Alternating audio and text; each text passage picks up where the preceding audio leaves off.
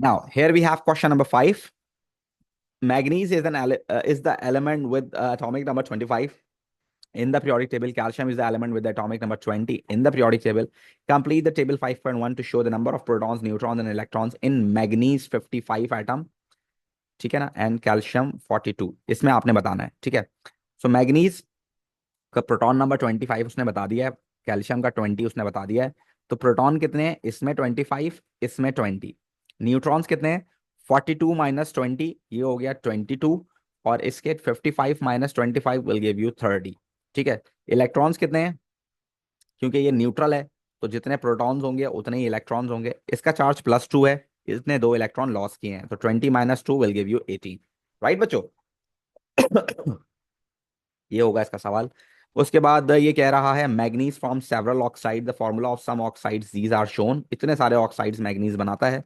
State why manganese is expected to form coloured oxides. क्यों ये coloured oxides बनाता है? क्योंकि क्या है मैग्नीज भाई? Transition metal.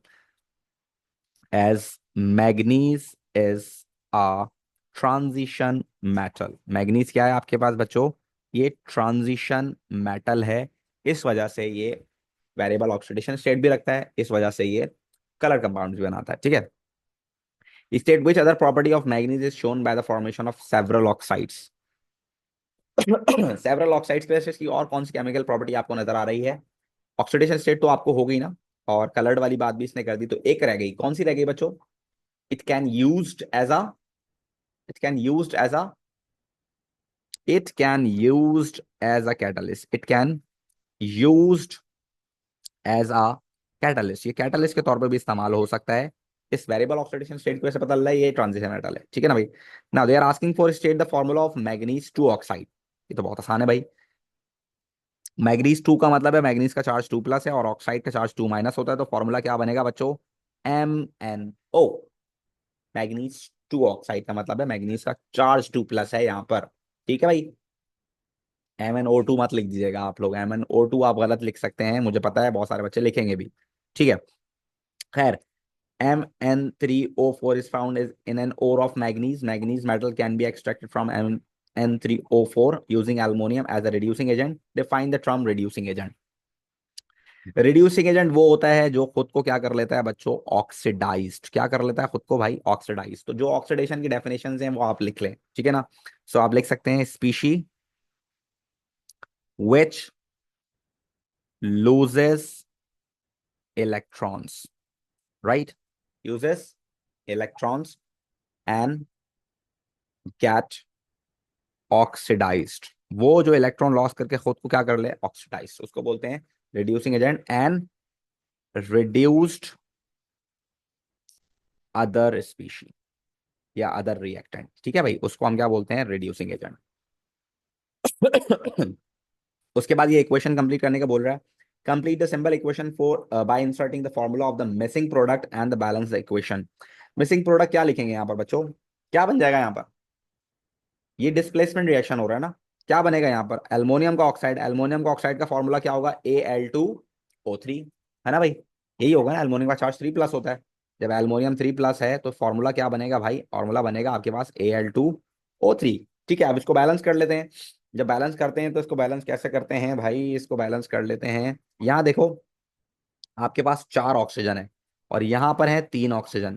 तो सबसे पहले तो हम इसको करेंगे बैलेंस्ड. इसको बैलेंस करने के लिए हमें क्या करना पड़ेगा? देखो, अगर मैं इसको 4 से मल्टीप्लाई करा दूं, तो ये क्या हो जाएगा? 4 3 = 12.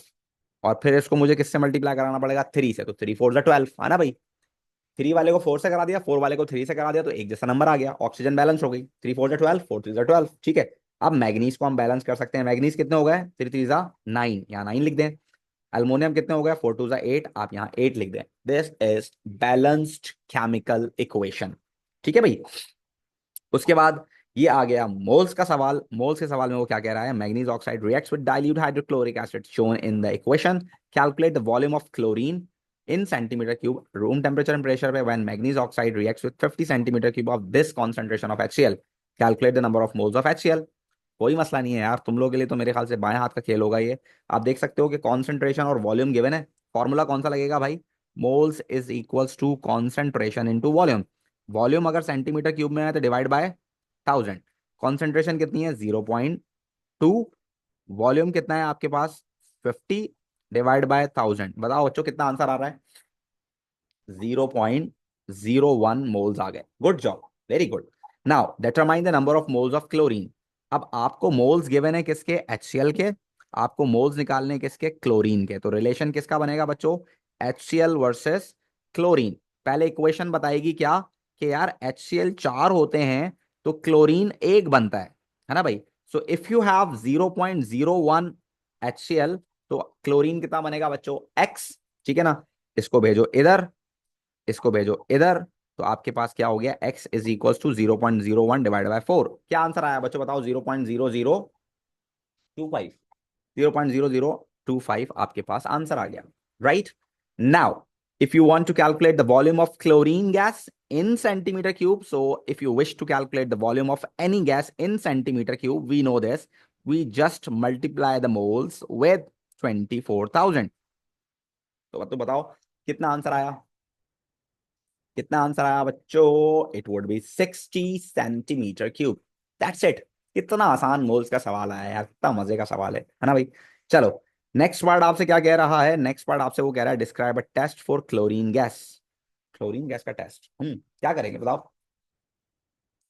ब्लू लिटमस पेपर लगाएंगे, ठीक है, गुड हो गया। Place dam, dam blue litmus, dam blue litmus paper लगाइए और वो क्या हो जाएगा? It turns bleach, right. Bleach हो जाएगा वो, है ना भाई। क्या हो जाएगा बच्चों? वो ब्लीच हो जाएगा या उसका कलर उड़ जाएगा। क्या लिखेंगे इसको? इट टर्न वाइट, या it it is it bleached, ये भी लिख सकते हैं ना। ब्लीच्ड ये भी लिख सकते हैं, ठीक है ना। या वाइट भी लिख सकते हैं, इट टर्न्स वाइट, ठीक है ना, वाइट भी हो जाता है। ठीक है। Then they are asking for explain in terms of collision theory why decreasing temperature decrease the rate of reaction। अरे यार इतना फ्री के नंबर है, फ्री के नंबर है, फ्री के। क्या बोलोगे भाई? decreasing temperature decrease the kinetic energy of particles, decrease the kinetic energy of the particles। और उसके बाद क्या होगा? then chances of frequent collision decreases, hence rate of reaction decreases। ठीक है ना। अगर आप यहाँ काइनेटिक एनर्जी का लिखना चाहें मूव स्लोअर तो आप ये भी लिख सकते हैं, ठीक है भाई। ये दोनों बातें एक्सेप्टेबल होंगी, ठीक है भाई। ये हो गया क्वेश्चन आपके पास नंबर 5 कंप्लीट, ठीक है बच्चों।